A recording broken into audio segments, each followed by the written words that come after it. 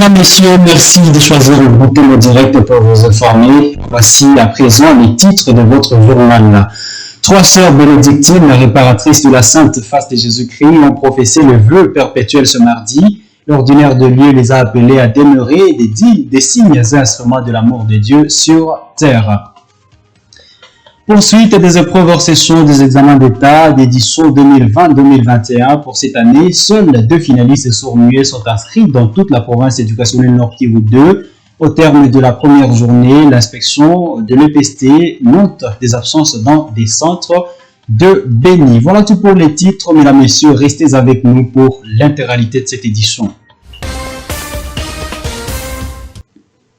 La messe de vœux perpétuels a été dite ce mardi 13 juillet à la cathédrale Mater Ecclesiae de Butembo. Il s'agit de la profession de vœux des sœurs bénédictines réparatrices de la Sainte Face de Jésus-Christ.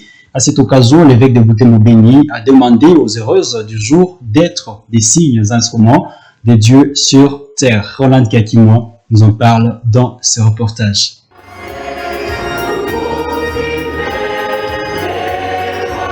Il est 10h quand débute la messe ici à la cathédrale Mater Ecclesiae. Cette célébration réunit les sœurs réparatrices de la Sainte Face de Jésus-Christ, les prêtres, les familiers et d'autres religieuses en diocèse de Butembo Béni. 3 sœurs sont définitivement consacrées au service du Christ au sein de cette congrégation. Il s'agit de la sœur Giovanna, sœur Paulina et la sœur Anastasia devant la sœur Marie-Florence Munda, représentante de leur mère générale.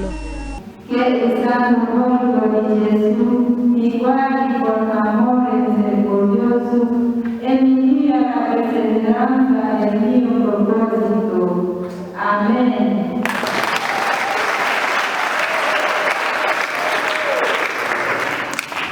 S'adressant particulièrement aux heureuses du jour, l'ordinaire du lieu les invite à la vie du sacrifice et à demeurer toujours modèles dans la communauté et dans leur lieu de service.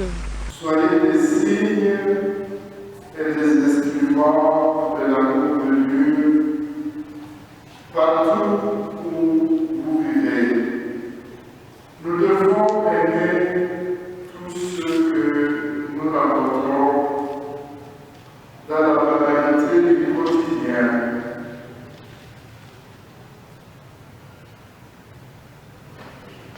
Sur nos routes, dans notre ville, dans le milieu de travail, à partir de toutes les nouvelles que nous appelons du monde et dans lequel nous comprenons que la figure, le visage de l'homme est pratiquement défiguré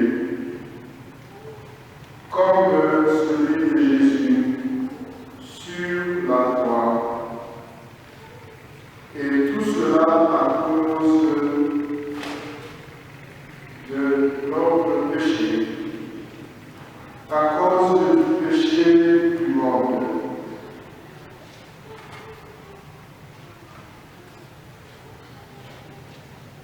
Nous devons aimer tout ce que nous rencontrons dans la banalité quotidienne et partout où nous sommes, où nous vivons. Alors, à quelque lieu que nous soyons, nous porterons de fruits pour la vie éternelle.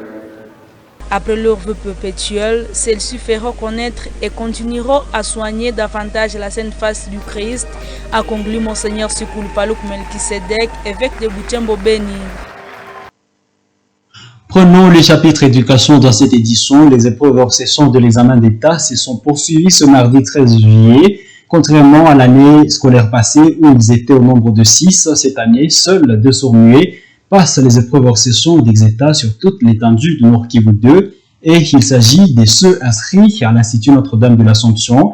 À cette deuxième journée, MotoTV est allé à leur rencontre. Ces derniers espèrent à la réussite. Grâce Kaniki nous fait le point. Ces deux finalistes sourds-muets passent leurs examens ici au centre de l'Institut Malkia Wampinku. En ce deuxième jour, Malikidogo Wilson et Kahindo Kisokero espèrent moyennement à leur réussite.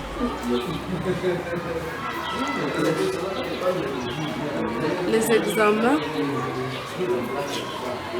de dissertation, ça a été difficile.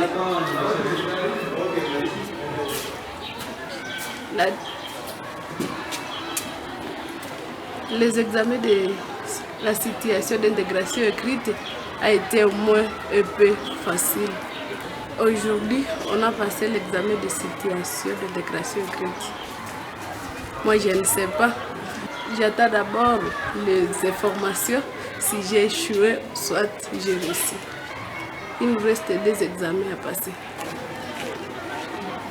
Le premier jour, nous avions dissertation. Deuxièmement, la situation d'intégration écrite. Troisièmement, des phases de rapport. Quatrièmement, c'est la situation d'intégration pratique. Aujourd'hui, nous avons la situation d'intégration écrite. Ça s'est bien bon. Et peut bien passer.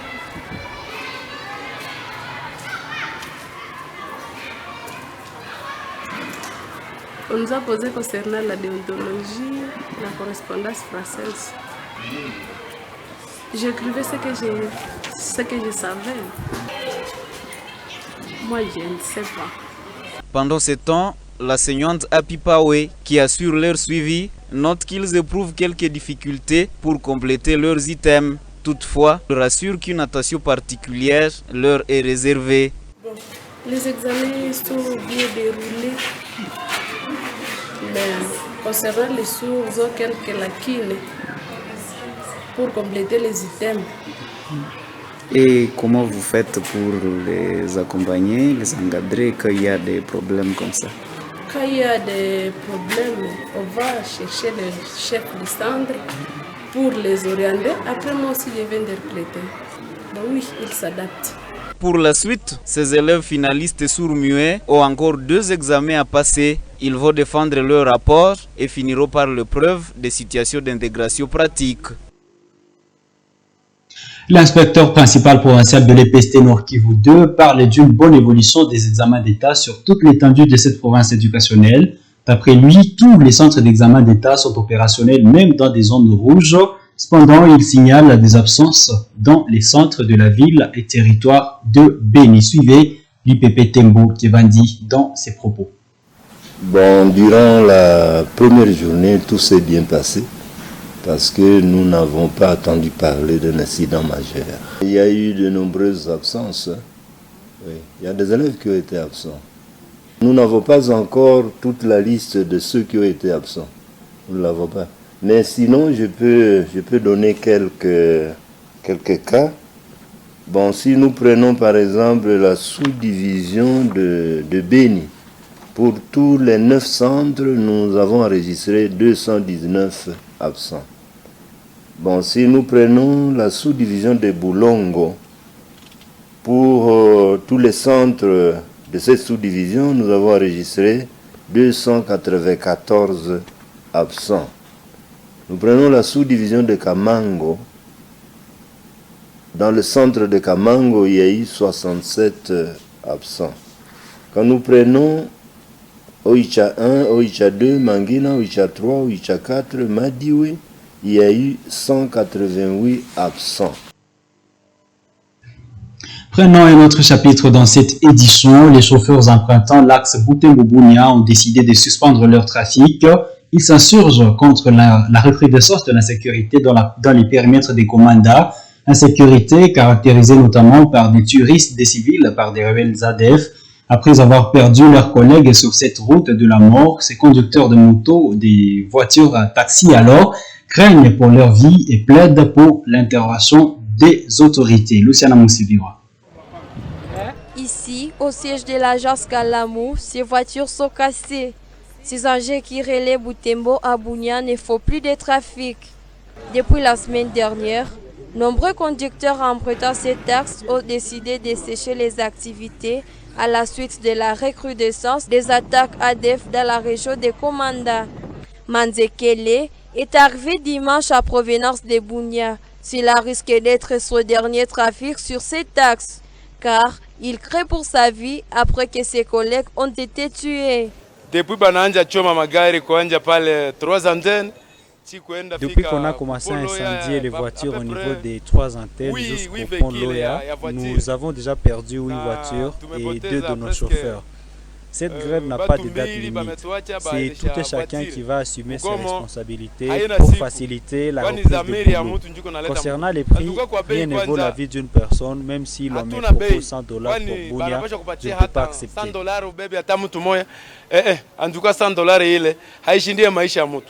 Mapassa est l'une des victimes de ces atrocités. Il soutient la grève car il y a 3 mois environ, il a perdu sa voiture dans une attaque des ADF. L'engin a été incendié et Mapassa est devenu manutentionnaire pour espérer de gagner le pain quotidien pour sa famille. Tunabakia siku kidogo beneza 3 mois na sitembeze tena. Tulipataka ajali ya Mbiskade Marabo baka tuchomea magari 5. Il ne me reste que quelques jours pour que je totalise 3 mois sans travailler parce que ma voiture a été incendiée par les ADF. Il y avait 5 voitures, 3 revenaient de Bunia et 2 autres s'y dirigeaient.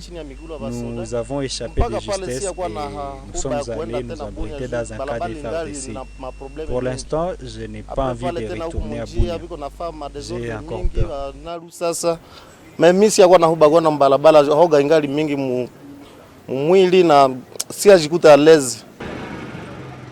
Cette paralysie des activités dans le secteur des transports affecte également les échanges commerciaux. Kao Mamboussa affrète souvent ses voitures pour expédier ses marchandises à Bunia, ce qui n'est plus possible pour lui depuis 2 semaines. Il invite les autorités à vite restaurer la paix à Ituri et au Nord Kivu. Tunatuma vitu Bunia. Sasa njia tunaona wapi? Namuna kupita hakuna na hatujui kama tutaishi. C'est ici à l'agence Kalamou que j'ai l'habitude d'expédier mes marchandises. Malheureusement, la sécurité sur cette route ne nous permet plus de faire ces transactions. Nous ne savons plus comment nous débrouiller pour vivre. Je suis déjà à bout de mon épargne. Difficile de payer les frais scolaires de mes enfants. Que le gouvernement rétablisse la paix. Toka Bunia mtu atapata makuta ya kulipa wafanyakazi. Yote inazorota hapa Butembo sababu njia imeharibika sana.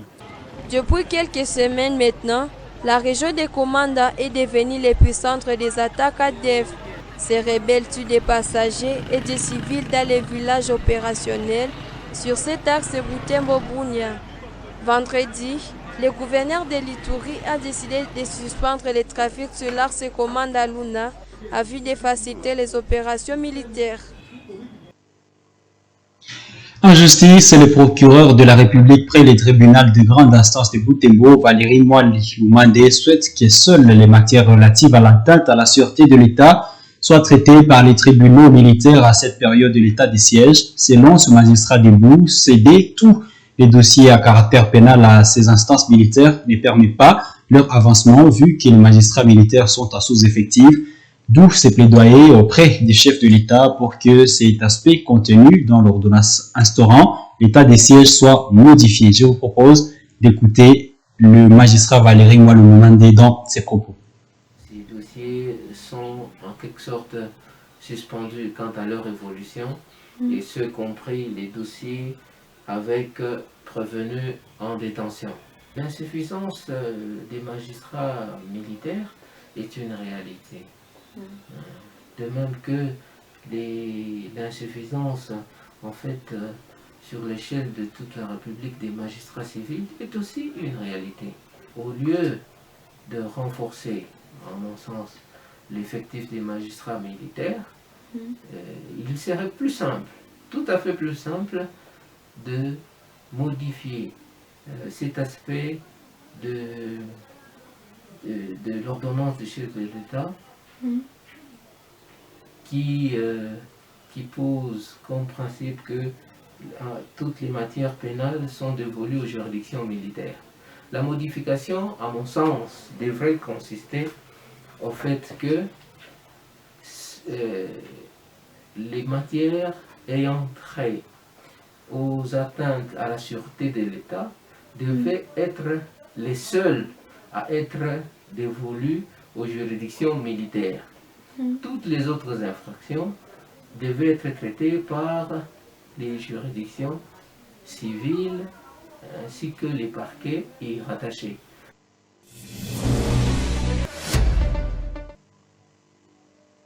En football, le tout-puissant Mazembe de Lubumbashi semble déterminé à renforcer son ossature après 2 recrues de classe qui ont récemment débarqué à provenance de Mani Maïno. C'est au tour de Inonga Baka, défenseur du dernier club Motema Pembe de Kinshasa, d'être pressenti dans le club anglais bertois. D'après Africa Sport, le joueur est en pourparlers avec le TP Mazembe. Le meilleur joueur congolais du CHAN récent serait prêt à s'engager avec les champions de la RDC car désireux de disputer la Ligue des Champions.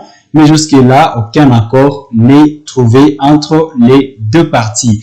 Mesdames, Messieurs, c'est la fin de cette édition du journal sur Moto TV. À vous toutes et à vous tous qui l'avez suivi. Merci.